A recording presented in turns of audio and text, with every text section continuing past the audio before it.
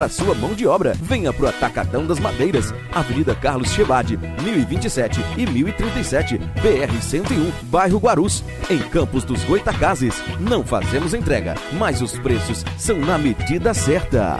Atacadão das Madeiras e Derivados.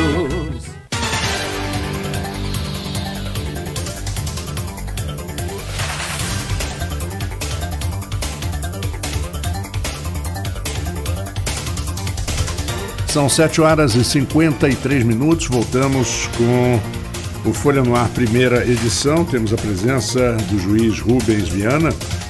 E passo a bola de novo para Arnaldo, porque, como a gente falou desde o início, nós temos vários assuntos que a gente pode caminhar. Mas vamos encerrar bem essa dos impostos, não é isso, Arnaldo? Não, tributário. Tem uma questão que a gente estava conversando aqui no intervalo agora, doutor. É que eu estava falando sobre... A gente citou aqui lá no início, a gente vai falar sobre isso depois também, a questão da morosidade do judiciário. Até foi o Marco que falou, quando eu falei que Estados Unidos e Brasil, né, assim que tem... que tinha briga de presidente com o jornal, podia ter outras coisas que poderiam ser iguais. E o Marco citou, por exemplo, a celeridade da justiça. E um programa como esse, do Concilia, por exemplo, ele faz com que evite-se problemas judiciais, evite-se arrastar processos judiciais, assim como também porque mudar a cultura do contribuinte local, né? A gente está falando sobretudo de Campos aqui. São esses os dois principais pontos mesmo? Mudar essa cultura e evitar mais judicialização nesse caso? Exatamente. O programa de conciliação ele tem esse papel. Primeiro, alterar a cultura para que as pessoas criem um hábito de regularidade da situação fiscal, né? Ao mesmo tempo, reduzir processos. Como você bem falou, há uma situação de morosidade. Uma morosidade também que no Brasil ela se justifica no grande número de demandas. Em outros países não há o número de processos que temos no Brasil. Acho que o Brasil é um dos países em que mais há judicialização no mundo. E, ao mesmo tempo, se permitir que o cidadão regularize esse débito de forma consensual, parcelada, negocial, né? Para que aquilo possa ser adimplido, possa ser ficar dentro do orçamento, como nós gostamos de dizer, né? E arquivar esse processo. Hoje o cidadão, se for ao fórum numa ação judicializada, ele tem uma certidão positiva de um débito fiscal, né? Então ele não pode vender bens. Se ele vender, tem uma presunção de que vendeu em fraude à execução, de que vendeu em fraude a credores, né? Porque está judicializado um processo e ele deveria ter tido cuidado de verificar essa judicialização. Então a ideia do Concilia é ampla. Regularizar o processo, permitir que o cidadão regularize sua situação fiscal, o seu nome, né? E ao mesmo tempo melhorar um pouco a questão da morosidade. Passando nessa questão, você tem alguma coisa da questão fiscal para a gente levantar ainda? Na verdade, da questão fiscal, não. Eu acho que pode enveredar um pouquinho para... Vamos aproveitar... Se eu puder só destacar... Claro, o prazo, né? Exato. Só poder destacar que o programa foi assinado e ele se encerra no próximo dia 13 de dezembro. Sexta-feira agora. Há muitos processos ainda ajuizados e fora do programa Concilia, o juiz não tem autorização legal para definir nenhum parcelamento, nem nenhum abatimento. Numa execução tradicional, o juiz segue o rito legal, ou seja, notificação, penhora de bens, execução, penhora de contas bancárias. Apenas um programa como esse permite o parcelamento, que pode chegar a 24 meses, a 36 meses, a depender das condições financeiras do contribuinte. Isso é bom destacar, porque encerrado o prazo, não é possível mais adesão a nenhum tipo de parcelamento, até que venha um outro programa, né, a ser feito, e ano que vem é ano eleitoral. A legislação eleitoral não autoriza, não permite, né, nenhum o que pode ser interpretado como uma benesse eleitoral. Então, no ano tivemos a cautela de avalizar esse programa este ano né? Porque nos anos eleitorais a legislação não permite. Então, ano que vem não teremos programa Concilia. Se o cidadão tiver alguma pendência, o ideal é que regularize até o próximo dia 13. O programa Concilia é nacional? É nacional, é incentivado pelo CNJ, já foi feito em vários estados, né? E vem de acordo até com a alteração da legislação do próprio Código de Processo Civil, que implementou a conciliação como uma norma geral do Código de Processo Civil, né? Então hoje, por exemplo, numa ação normal, nós começamos com a audiência de conciliação, né? Mesmo antes da defesa do réu, né? Entendi. Já para fomentar uma conciliação nos casos em geral. E só para sacramentar, o prazo final? Prazo final dia 13 de dezembro, e o atendimento é feito na secretaria, que lá se montou uma estrutura, e os casos são supervisionados por nós. Ontem mesmo recebi um relatório, parece que 4.000 cidadãos procuraram, 4.000 contratos foram feitos, o número é menor um pouco de cidadãos, porque às vezes o cidadão tem dois ou três débitos, regularizou 2 ou 3 débitos, mas, ou seja, 4.000 contratos já foram realizados com a regularização de dívidas. Não é da alçada do judiciário, mas como o senhor acompanha, né, tem casos até de 100% de desconto, 80% de desconto em juros e multas. Então é uma oportunidade mesmo de conciliar com o fisco, né? E até fazer as pazes. Exatamente, e parcelamentos extensos, até 36 vezes, né? O programa, assim como em Campos e em outros lugares, ele faz esse escalonamento. Se o indivíduo optar por um pagamento em uma única parcela, ele tem uma isenção maior de juros e multas, chegando a 100%.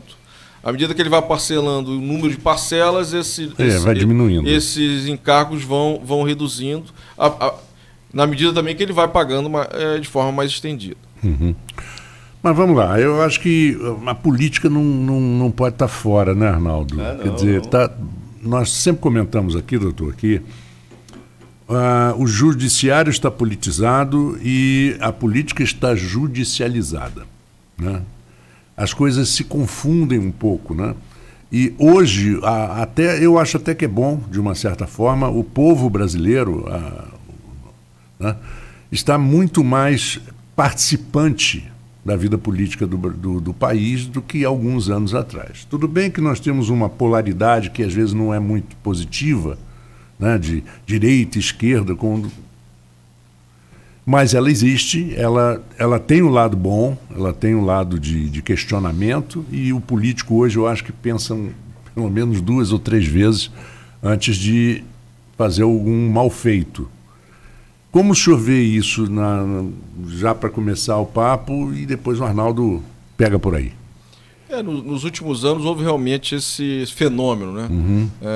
Muitas situações políticas foram levadas ao judiciário. Eu estou no judiciário há 22 anos. Houve uma melhoria, digamos assim, dos órgãos de investigação. Isso é um fato, né? As investigações estão sendo feitas com muito mais cuidado, né? E os processos são judicializados já com muitos documentos. Houve também a lei de colaboração premiada, que permite que o investigado possa trazer informações ao juiz, ao judiciário, ao Ministério Público, ao delegado que preside o inquérito, e isso já criar um norte para uma investigação, já trazer elementos para a investigação, e ele depois receber esse benefício. Você falou nos Estados Unidos, os Estados Unidos têm essa regra há muitos anos, né? E há uma tramitação de uma alteração legislativa até para se ampliar no Brasil as situações de colaboração, né? E dependendo, nos Estados Unidos, dependendo da importância da testemunha envolvida, né? Porque às vezes a testemunha envolvida do depoimento muito mais abalizado, né? Eles têm até o programa de proteção de testemunha, que tiram a pessoa da circulação com outro nome. A legislação já existe no Brasil também, do programa de proteção via Ministério da Justiça. É possível, por exemplo, troca de documentos, é possível receber um benefício, mas na regra geral o que há uma situação de risco nesse caso, né? Quando há uma situação de risco comprovada, claro, essa testemunha pode ser encaminhada ao programa de proteção. Mas, num padrão geral disso que nós estamos vendo, né? O que há mais é o investigado contribuindo com alguma informação, contribuindo com algum dado, já que tem interesse num benefício de redução de pena, né? Agora a gente está falando dessa questão de judicialização, dessa política judiciária. Tudo chega ao Supremo. E o Supremo passou a ficar um pouco mais exposto à população, não que não devesse ser. Hoje a população, a gente sempre brinca com isso, né? Você sabe os 11 ministros do Supremo, não sabe os 11 jogadores da seleção brasileira, o que era impensável há pouco tempo. A TV Justiça expõe muito isso também, que te dá a possibilidade de acompanhar esses julgamentos. Como que o senhor acompanhou essa mudança de perspectiva com relação ao Supremo, sobretudo? Da população está tão aficionada no que o Supremo faz e até mesmo fazendo alguns julgamentos sobre os ministros do Supremo Tribunal Federal. Por conta até dessa evolução dos casos assim relacionados a pessoas importantes, a pessoas influentes, num passado recente, dificilmente um agente público seria denunciado várias vezes, né? Temos exemplos de políticos importantes com várias denúncias, várias condenações, exatamente por aquela evolução que eu assinalei dos órgãos de investigação, de produção de prova, e os casos, obviamente, chegam ao Supremo Tribunal Federal, que é, segundo o nosso sistema constitucional, o guardião da Constituição. Me parece que nós estamos num momento de compreender esse fenômeno e acreditar ao Supremo a necessidade de alguma coisa ser alterada. Por exemplo, eu, como juiz e como cidadão, entendo que é necessário se estudar melhor, se avaliar melhor a questão das decisões monocráticas, né? A decisão monocrática ela cria muita insegurança. O Tribunal de Justiça, um Tribunal Regional Federal, julgou com todos os seus desembargadores daquele órgão, né, que julgou um recurso. E a decisão monocrática de um ministro, ela equivale à decisão de um tribunal que só julga situações criminais, por exemplo, né, já que o Supremo julga tantas matérias, né? Então me parece que, por uma questão de segurança, nós vamos caminhar para um Supremo Tribunal Federal. Isso já vem acontecendo, por exemplo, em alguns casos, os ministros negam a decisão liminar e encaminham ao plenário imediatamente, né? Ou seja, é para se dar essa segurança. O importante do Supremo Tribunal Federal é que nós tenhamos o julgamento dos 11, né? E aí eu acho que isso vai melhorar um pouco essa identificação. Esse ministro é de uma certa linha garantista, esse outro ministro é de uma linha mais conservadora.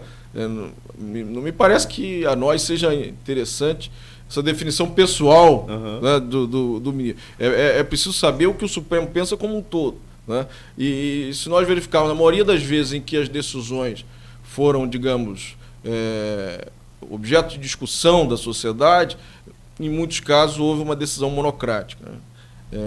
E as decisões colegiadas, elas são debatidas, mas elas são debatidas com muito mais segurança porque houve o julgamento de todos os ministros. A gente pode pegar, por exemplo, o caso agora, a alteração na questão da segunda instância, né, que foi bem recente, e houve uma mudança de entendimento. Não há aí, quando o Supremo faz uma leitura em 16, faz uma leitura em 19, uma insegurança até mesmo para juízes de piso, como é o caso do senhor, porque não sabe qual vai ser o entendimento daqui a 2 anos, quando vai mudar de novo. 2 ministros considerados garantistas, o Celso de Mello e o Marco Aurélio, vão sair. Vão entrar ministros indicados por um presidente que tem uma linha mais conservadora, né? Foi eleito nesse mote de linha conservadora, aí se a posição pessoal dele não conheço para dizer isso profundamente, mas foi eleito nesse ponto. E já fez algumas declarações, né, que precisa de um ministro severamente evangélico, algumas coisas nesse sentido, que dão a entender de uma linha mais conservadora. Aí daqui a 2 anos muda o entendimento de novo. Como que fica isso até mesmo para o próprio juiz de piso, a pessoa que dá a primeira decisão em casos complexos, como são avaliados pelo judiciário? A questão da segunda instância foi realmente, digamos, muito debatida, porque envolve, obviamente, esses casos mais famosos do judiciário, que envolve ex-presidentes, ex-governadores, ex-presidente da Câmara, grandes empresários, etc. Realmente houve uma alteração de entendimento, também por uma mínima maioria, né? Em 2016 ou 2017 se definiu por 6-5, né?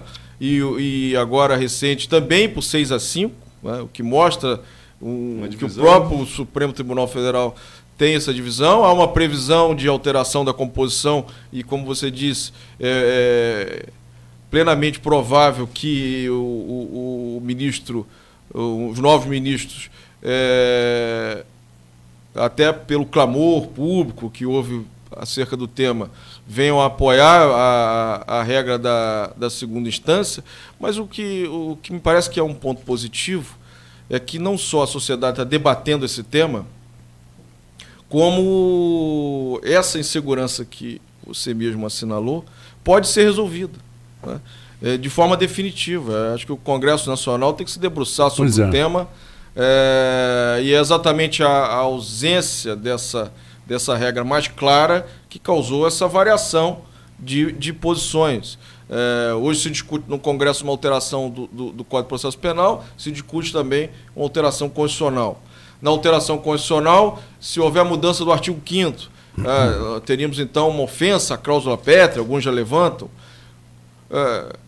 Eu, por exemplo, vi com bons olhos essa possibilidade de alteração dos recursos extraordinários e dos recursos especiais, não é?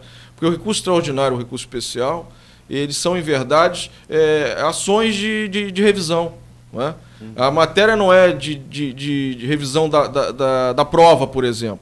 É de se buscar no Supremo Tribunal Federal uma interpretação constitucional, dizer que aquele caso não foi interpretado como o recorrente entende que deveria, ou no STJ, uma revisão da interpretação da aplicação da lei infraconstitucional, da legislação. Não é?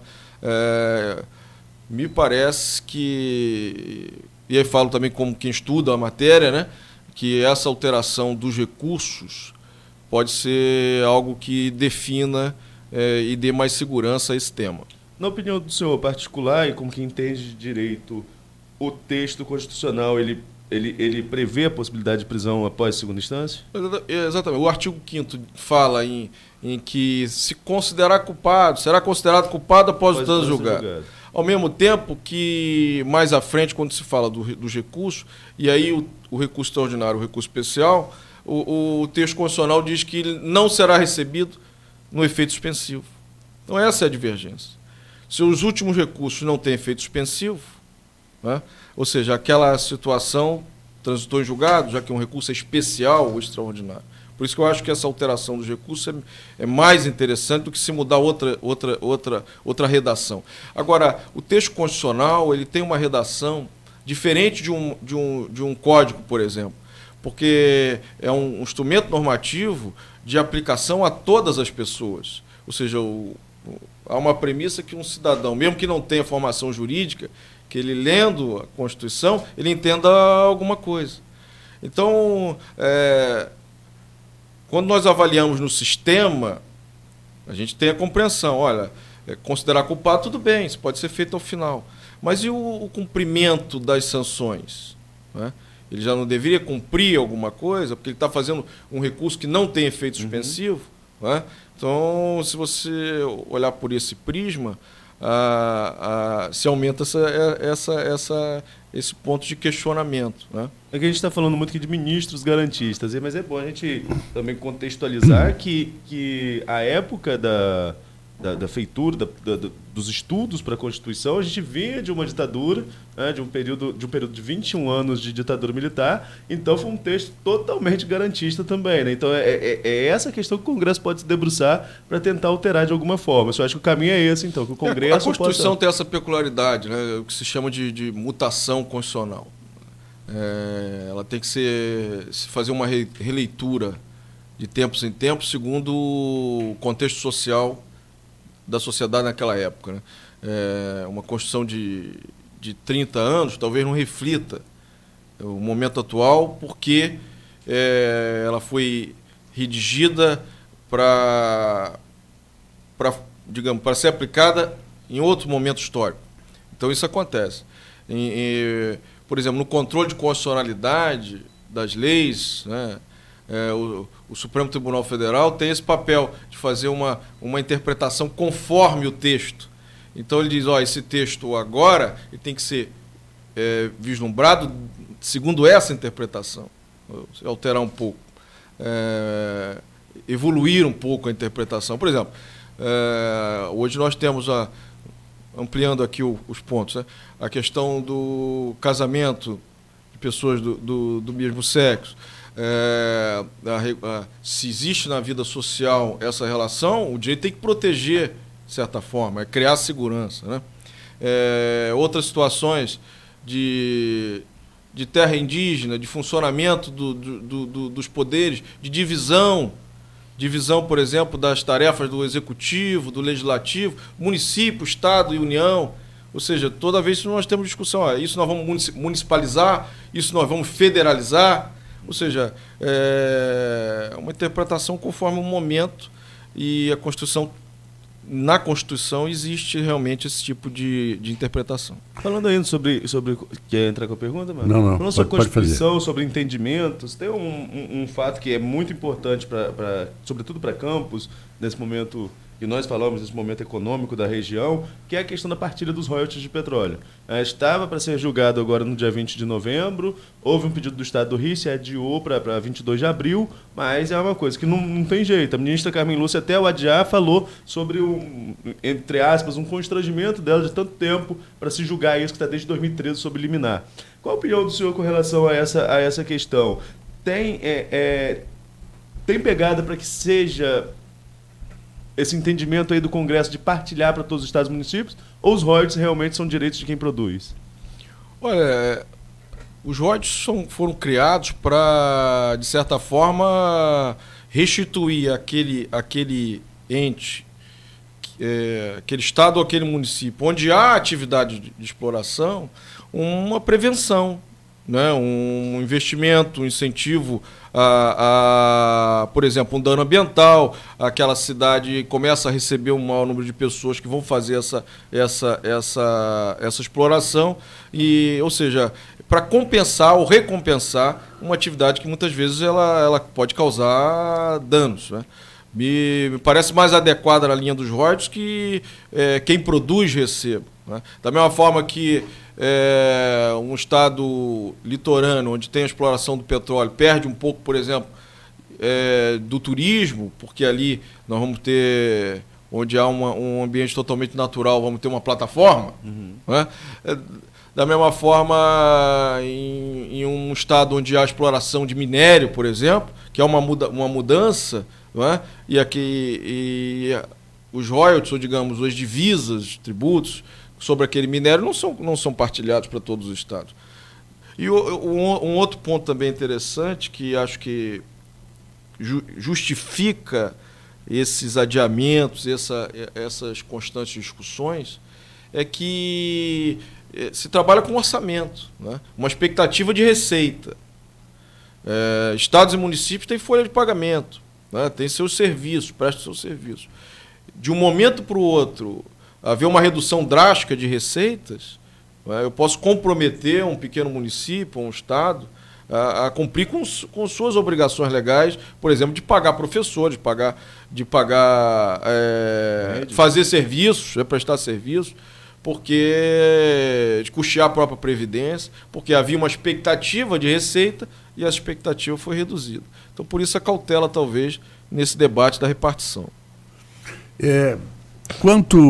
Voltar um pouquinho ao assunto da segunda instância, quando comentamos aqui, e o senhor citou que há uma possibilidade do Congresso fazer a alteração na Constituição, porque, teoricamente, isso seria mais até um papel do Congresso Embora o presidente da Câmara dos Deputados tenha dito que eles não têm que ficar julgando ou fazer papel de execuções penais. Muito estranha essa declaração dele, mas seria papel do Congresso. Mas essa decisão do Supremo não é muito, e eu acho que o senhor se referiu a isso, muito em função também do Congresso não se manifestar em relação a certos assuntos e acabam sendo decididos no Supremo, e também causa uma falta de isonomia, né? Porque tem gente que está preso, não tem nem segunda instância, não foi nem condenado nem em primeira ainda e está preso e não vai sair. Mas é até bom a gente ter um juiz aqui para explicar que existem instrumentos diferentes. Existem instrumentos diferentes, claro. Né? Porque existem casos e casos. Isso, exatamente. Né? Também você soltar o ex-presidente Lula, você não está colocando ninguém em risco de vida por causa disso. Se você soltar um serial killer, um assassino em série, é outra coisa. Entendeu? Ninguém pode comparar isso, mas o senhor não acha que causa uma falta de isonomia, porque as coisas não deveriam ser iguais para todos? Não, exatamente. A questão da judicialização, né, de muitas situações envolve realmente esse papel do Congresso nessa dúvida que eu acabei de assinalar, né, o artigo 5º traz uma redação aberta. Quando fala em um recurso, o recurso é sem efeito suspensivo, ou seja, cabe ao Congresso ajustar esse texto, né? Compatibilizá-lo, torná-lo mais seguro, nessa minha visão. Com relação às prisões, por que um determinado cidadão foi preso imediatamente e o outro aguarda o julgamento em liberdade? Eu avalio essa situação segundo a possibilidade de se aplicar, naquele caso, o que chamam de prisão preventiva. Né? Há requisitos para essa prisão preventiva. Né? Geralmente se aplica para crimes violentos, de violência ou grave ameaça. Por exemplo, o roubo, o homicídio, o estupro. Né? São crimes que, em regra, a aplicação maior do requisito da prisão preventiva. E, desde a época da faculdade, a gente se entende. Se o indivíduo respondeu ao processo preso e é condenado em primeiro grau, ele permanece preso. Porque não há nenhum sentido de, após a condenação, em que ele respondeu à instrução preso, ele ser libertado. E aí muitas vezes eles ficam presos durante toda a instrução. O que se exige é uma celeridade no caso do réu preso. Né? Esses processos não podem ficar em um prazo estendido de uma prisão cautelar, isso é muito questionado. No Rio de Janeiro, a gente trabalha até com prazos bem razoáveis para prisão preventiva, principalmente em situações envolvendo poucos réus, poucos crimes, não há muita extensão dessa prisão. Em outras situações, por exemplo, falamos aqui no início de situação tributária. Há crimes tributários, a sonegação, né, evasão de divisas, etc. São crimes financeiros. Muitas pessoas entendem que a resposta da sociedade, da lei, devia ser patrimonial, né? E não de restrição de liberdade. Então, medidas cautelares que não a prisão preventiva poderiam ser aplicadas nesse caso. Bloqueio de bens, cassação do passaporte, afastamento da função pública, ou seja, é mais adequado a esse caso essa medida cautelar do que a prisão. A prisão se adequa mais a um caso envolvendo violência ou grave ameaça. Essa é a discussão. Né? Bom, são 8h21, vamos a um intervalo e voltamos com o último segmento. Aí o Arnaldo assume a bola com ele. Então vamos ao intervalo e voltamos em instantes. Natal dos Sonhos, Campos Shopping. A cada R$50